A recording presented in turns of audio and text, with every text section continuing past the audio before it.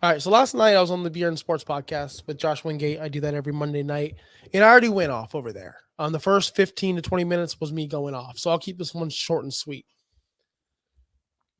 That Friday episode, Dynasty, especially that topic was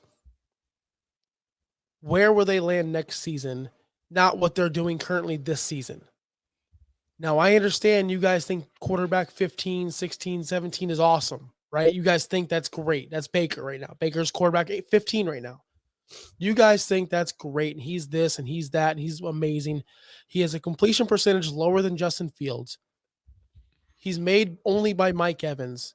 He's bottom of the barrel in all efficiency. I sent you the screenshot this morning, Justin. He's like 30th in this, 30th in deep completion percentage, 30th in play action completions, clean pocket percentage. He's like 27th. He's just inaccurate. He makes bad decisions. He doesn't really make you a winning football team. Matter of fact, they're not even a winning football team. They're below 500.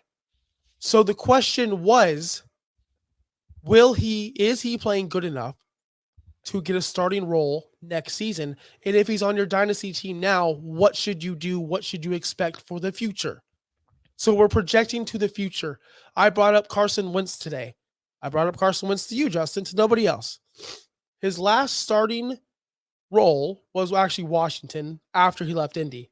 But Wentz last season in Indy, he had 3,565 yards, 27 touchdowns, only 7 interceptions, with a 62.4% completion percentage, with a 94.6 rating. All of those are better than Baker, yet they dumped him. They dumped him to the curb, and they went to Matt Ryan.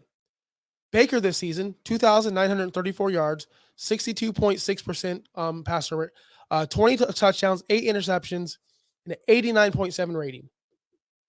So you're telling me he has worse numbers than Carson Wentz in that 2021 season with the Colts. And they dumped him. And he was doing well for fantasy because I rostered him. But Baker is less than Carson, but he's going to keep the job. He's good. He's gold. He's a pimp. I saw one of the comments. Oh, he threw 26 touchdowns in his rookie season. Who gives a crap? Who cares? We're talking about next year. We're talking about 2024 and where he's going to be and where he's going to land. So if you're too stupid to understand that, that's on you. You're not watching for the right content. You're hate watching, which is okay. Thank you for supporting. Thank you for the views. All your comments got us to grow our page a little bit more. So I appreciate you. Thank you. Continue to come back and watch us for more insight. Call me dumb, call me whatever, but you're the one banking on a lame duck quarterback, not me. That's on you. Let's go to the news. My co-host is muted. In his mother's basement, he's muted. Oh my God. In my mom's basement with the window right here on my second floor. Yeah, I just want to touch up real quick on that comment, those comments too, because again, this is fantasy football. Nobody pretends that fantasy football stats are real stats. Like their fantasy points correlate to real life. Whereas if Justin Fields was healthy the entire season, was a top 5 QB, why are the Bears maybe drafting a quarterback next year? Fantasy stats don't mean anything in real life, and that's what we are also talking about. We are mixing the two together. Where will a quarterback be next year? Are they good enough to elevate is Baker Mayfield good enough to elevate the Tampa Bay Buccaneers to a playoff contender, to a divisional? I mean, that the division's trash anyway, so all you got to do is win 9 games, I think. That's what we're talking about. Cool, Baker's doing great, but is he good enough to elevate, or should they look at another quarterback in the offseason?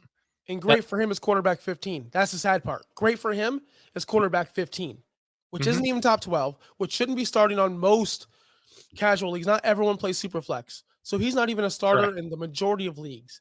Correct. And his real life football dynasty, you have to mix that real life aspect to it, because if he's not playing well, he's out. And he's not playing well. I don't care what you guys see, what you guys think.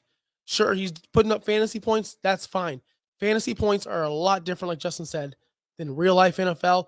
And when Jason Light and the management over there in the Buccaneers and the Tampa Bay Buccaneers organization sit down, they're not going to be looking, oh, well, he scored 22.6 points against the Falcons. Or, oh, wow, he did this against the whoever Saints. They're not looking at his fantasy points. Oh, he had 33 rushing yards, which was actually elevated his fantasy production. They're looking at what mistakes did he make? How many times did he throw bad passes? By the way, top 5 in both danger plays and interceptable balls this year. Top 5 in both categories. I'm just saying, you guys can crown him, think he's going to be the starter for the Buccaneers for forever, or go somewhere else and ball out. That's on you. The bottom line, he's going to be a backup next year. Suck it.